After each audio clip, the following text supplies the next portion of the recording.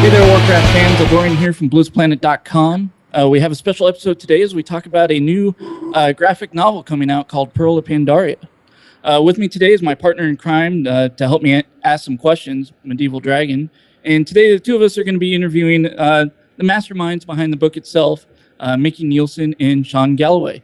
I just wanted to say, guys, thanks for taking your time out of the day and talking to us about the book. Absolutely, thank you. Yeah, thank you. Okay, let's go ahead and drive right into the questions here. First question is for both Micky and Sean. Mainly, we're trying to figure out, or not try to figure out, but trying to, for people that may not know who you are and what you do. Micky, what's your title at Blizzard Entertainment and your general duties there? And Sean, what past projects have you worked on, and how did you become involved with this book? Okay, so for me, for Micky, the title is Publishing Lead, which means I run the publishing team, and the publishing team is responsible for novels, comics, short stories, a lot of lore-related web content, and some other fun projects that we get to work on. Okay, for me, the past projects I worked on was lead character designer for Spectacular Spider-Man Animated, lead character designer for Hellboy Animated, did covers for DC Comics for Teen Titans Go for 2 years. Do a lot of toy designs for Hasbro, Mattel, and most currently I wrapped up almost a 3-year stint with Leapfrog, designing a new game for them called Leap School. And what was the second part of the question again? I was just wondering how you became involved with this book. Right. I became involved with the book because Blizzard had reached out to me as well as DC Comics and asked if I'd be interested in trying to do my take on their universe. Okay, Tom, did you have some questions you wanted to ask him? Yes, for Micky, when in the timeline do the events of Pearl of Pandaria take place in relation to World of Warcraft Cataclysm? So the events actually take place before Cataclysm. They're a little bit before the events of Storm Rage as well, so before all the Emerald Nightmare stuff. For Sean, we would like to know more about Table Taffy Studios since its foundation and the role it plays. Well, Table Taffy was founded by me, and I brought in my buddy Ryan Benjamin to be part of that. Basically, Table Taffy is a group of collected artists that I handpicked that could potentially expand over a larger volume of the way I draw, and also to bring in other styles. So basically, the role that we played for the Pearl of Pandaria was that because it was such a big project and we want to have a animation type of approach, the group of artists and I, we basically made sure that we were able to capture my style throughout the whole comic. Okay, I have a couple questions now here. Micky, Pearl of Pandaria likely began its early development like a year or two ago. With all the iteration and revisions, why did you decide to keep the core of the story pre-Cataclysm?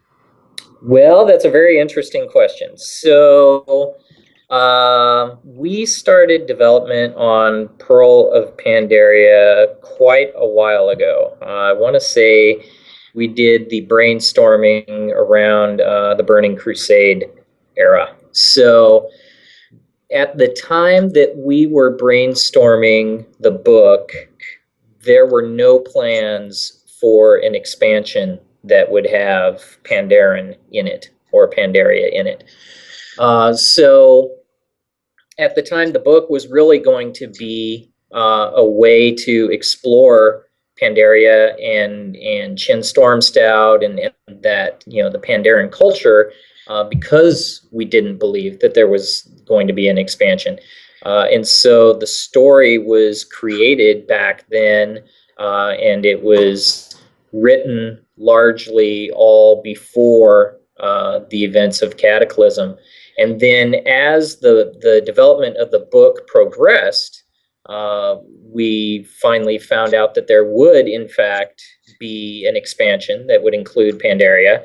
And so we went back and we made some changes to the script. Luckily, the majority of the story takes place on Azeroth.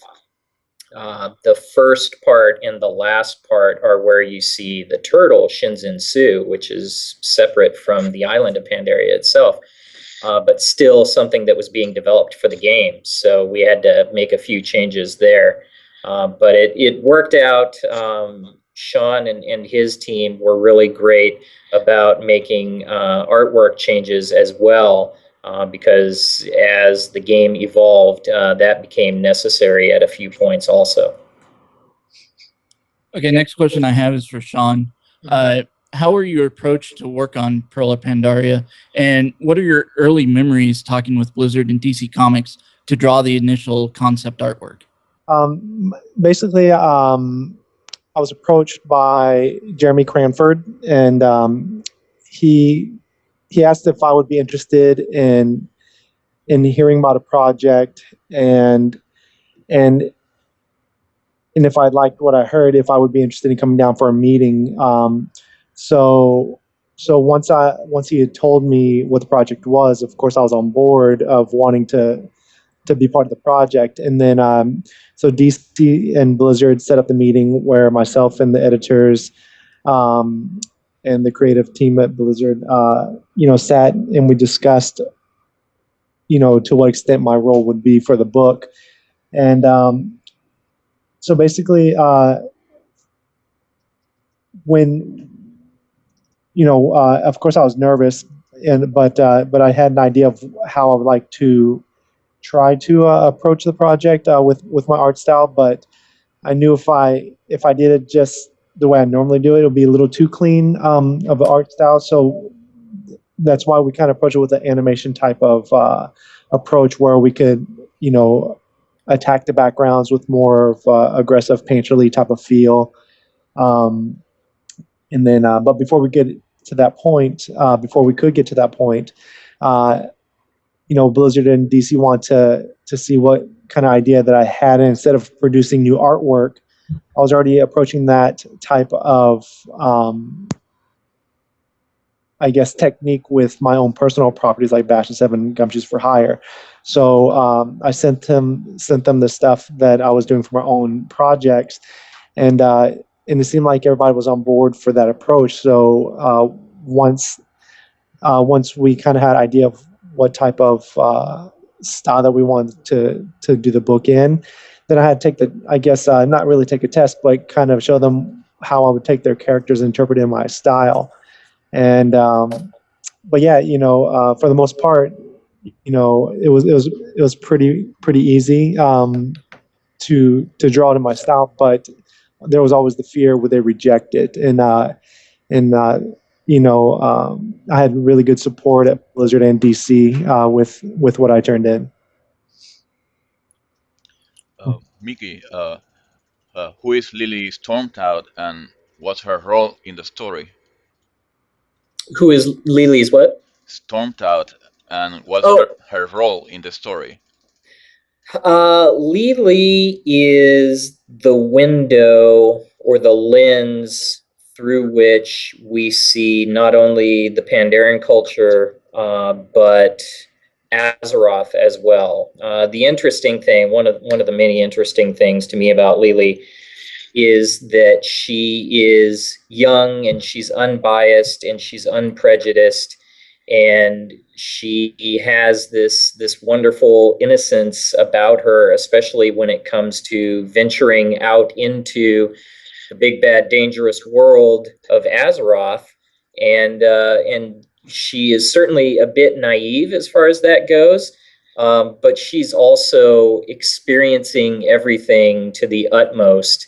And one of the early purposes or goals of this book was to serve as a little bit of a kind of travel guide to Azeroth, especially for folks who maybe haven't played the game or they didn't play it, in a long time, to be able to see the world of Azeroth through the eyes of Lily. And she's really the physical embodiment of the theme of the book. There's a couple themes. One, life is an adventure, and two, a theme of acceptance for other cultures, beliefs, and religions. And so we get to see all of that through Lily.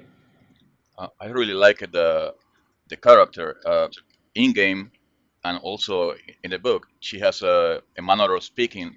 It's like slap talk. I'm not sure how to say it. Uh, she's very smarty, and Right. Sassy, sarcastic. yeah, Yeah, it's great. She's a lot of fun to write. I was clicking her in the game, and she started talking really sarcastic and stuff. It was cool. I think I heard in another interview that she was based on your daughter. A little bit, yeah. My daughter's 9, and so Lily's character is supposed to be kind of a tween age, but I certainly did model some of her behavior and some of her dialogue after my 9-year-old daughter. Yeah, Yeah, she's so sweet. thank you. Um, Eldorian? Oh, I'm sorry. I thought you had a question for Sean there next. That's all right. Actually, I have a question again for Mickey here. So Mickey, this is coming from the Scrolls of Lore, basically the forum that spawned the red shirt guy. So this is going to be an interesting question. Just warning you now. Okay. One of the revisions in the concept art was the change of the Pandaren character's eyes from like a light green to gold. And he was saying that it kind of made sense to be Jade-like, since Jade is part of the Pandaren culture. And he was guessing that it was revised because green eyes are also associated with fell corruption and blood elves. Why the golden eyes instead of the normal black eyes? So the theory is a very interesting one regarding fell corruption, and in a way, that is kind of correct. Actually, what we found out in the development of the story was that some cultures, and I believe this is specific to some Asian cultures, believe that green eyes are a sign of demonic corruption. So that's why when you say fell energy and fell being demonic, you're not so far off the mark. So in the interest of being sensitive to other cultures, we went in and we decided to change the eye color. So the Mists of Pandaria cinematic actually had Chin with green eyes. Originally, they went in, they changed that, and we decided to request the change for Pearl of Pandaria. And another interesting little tidbit is Sean and his team had already completed pretty much the entire book at that point when we found out about this. And it speaks volumes about Sean and his team, that they were dedicated enough to go back in and change just about every panel in the book and make that conversion from green to gold eyes. That's just easy in Photoshop, right? Just replace color, I'm sure. Just replace all. Find and replace. Yeah, find and replace. Okay. You would think, but we were fans of working with many layers. So sometimes finding that right layer was pretty tough. But we're all in it to produce a great book, so it was a no-brainer. So we were happy to go back in and make those changes. Okay, well, the next question we have is for you, Sean. At the end of Pearl of Pandaria, fans can visualize some of your early concepts and revisions. I was wondering if you could share some of the core changes that the project suffered throughout the evolution of the project that doesn't include changing eye color. Well, everybody knows about the expansion, so with the first 10 pages, initially we had pretty much almost finished the first 10 pages, and then we put a halt on it, so that we can have the pages reflect the new expansion. So there was that, and then for design wise, I think for Strongbow, I mean not Strongbow, for Chin, it was just a matter of putting the ponytail on Chin, to give nod to Samwise for creating such a nice, a fantastic race. And then I guess for Rajak, I went a little overboard and tried to redesign him without, really taking heed and respecting, what the fans' reactions would be. And, so we pulled that back and then designed it more towards, what, the fans are used to, but just in my style, and that's really about the only kind of design changes, really. Mickey, what can you tell us about the villains? Excuse my pronunciation here. Villains in the story. Why did you choose Shahara, Brock, Rajak, and Rumblefit? So that came from the early brainstorming sessions that I had with Chris Metzen and with Samwise, and we knew that we wanted to have unique villains for Lily to be going up against in the book, and those were characters that you just don't see that much in the game. I mean, I don't remember the last time we saw a Goblin Alchemist. I think it might have been War 3. I'm not even sure. And Blade Master, you just they're not in the game, or if they are, it's very rare that you see these characters. So we thought it would be very interesting to choose characters that you don't see very often. With Jahara, you definitely see a lot more of the Naga and sea witches and things like that. But she was just part of kind of a part of the plot, and that's where her character kind of arose from.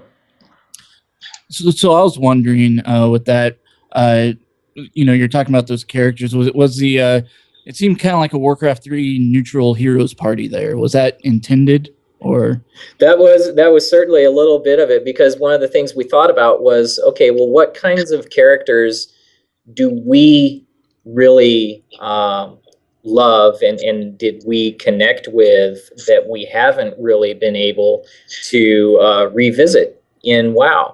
And that's actually a big part of where the whole idea for the book came from, being able to go into the Pandaren culture, like I had said before, thinking that, we wouldn't be able to do that in an expansion. And so the villains are kind of a reflection of that, and being able to explore those types of characters a little bit more.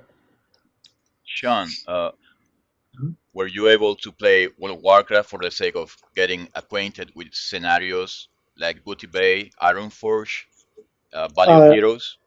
Unfortunately, no. Due to busy schedule, I wasn't able to. I mean, I was familiar with the project, but not as familiar as one should be, for the project itself. So what was great about when I brought in my studio mates to work on the project, they've played the game, for quite some time. So they knew the property like the back of their hand. So basically, they had my back, while we're working on the project. Okay, Sean, I got another question for you on the final pages of Pearl of Pandaria. It shows some changes made to the villain's outfit and weapons. What was the process here, and how did it end up? I'm talking about for Rajak. You're talking about the character page in the back? Yeah. Well, basically, as a designer, you go in with a vision in respect to how the designs are, right? And for me, I'm pretty minimalistic when I draw to begin with. So working on this, it stretched me a little bit to add more details, which was great because I never really take the opportunity on my own personal stuff to do that. So for the initial design, the weaponry was pretty minimalistic, but as the comic went through, we started getting more accustomed to, finding our groove with those type of things. Mickey, I'm sure fans are pretty intrigued by the Fell Orc Blade Master, Rayak. He seems to have been originally a normal orc from Azeroth. What clan was he from?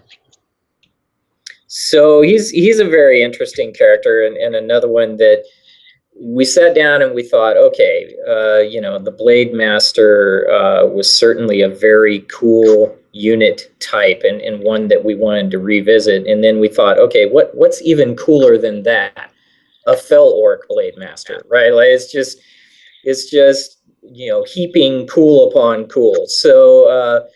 So we did a little bit of research on that, and the thinking is that he's probably would have been from the Burning Blade clan, and he went into Outland, and this is probably after Illidan was defeated, but he was able to figure out a way to have demon blood infused in him, probably tying into the Maker and those quest lines from the game. So that's, in a very broad and general sense, the idea was simply he went to Outland, he figured out a way to be corrupted by demon blood, and he became a Fell Orc. What is his ultimate goal and motivations to undergo all these drastic changes in his body? His ultimate goal is to be the best fighter, the best combatant or martial artist on Azeroth. And so to him, defeat is unacceptable. And he fought Chin at some point previous to the events of the book, and he was defeated by Chin. And so he couldn't take that. He couldn't accept that. And so he decided then to kind of buff himself up even more by going to Outland and being corrupted. And he believed that that would raise him to the next level to be able to defeat Chin. Sean, I have a question for you. For those who haven't watched Spectacular Spider-Man animated series or Hellboy Sword of Storms, your art looks like a cell animation and seen in Disney animated films. What technique do you use in Pearl of Pandaria, and what's the process it undergoes? Well, what we did was, what's special about this book is that every page, the backgrounds are drawn separately from the characters. So at any time, Blizzard or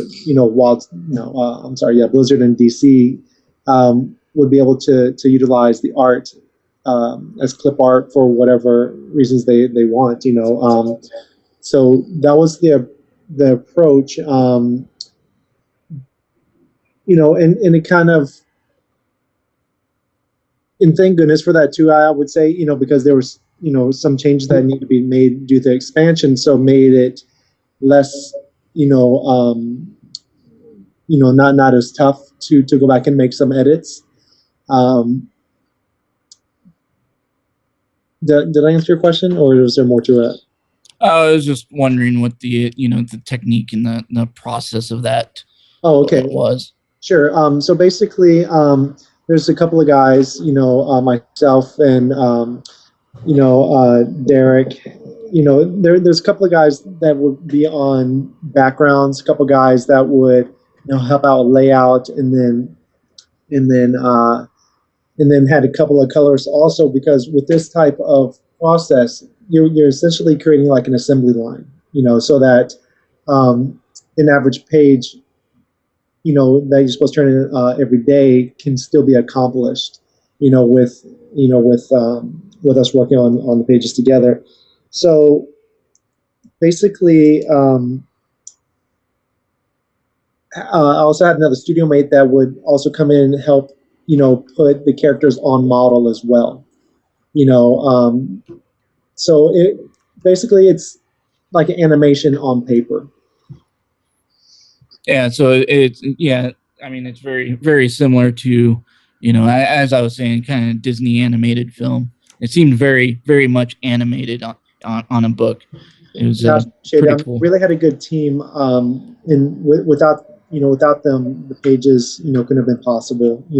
So we really appreciate that. I think we only have time for a couple more questions here. If you wanted to finish it up, Tom. Mickey, I think fans will enjoy some of Lily's adventures. She's in search of her uncle James Stormtooth, going all around Eastern kingdoms and Calendar. You managed to add some in-game elements like professions and the backstory of some holidays. How was the process of thinking, selection, and writing of these type of details into the story?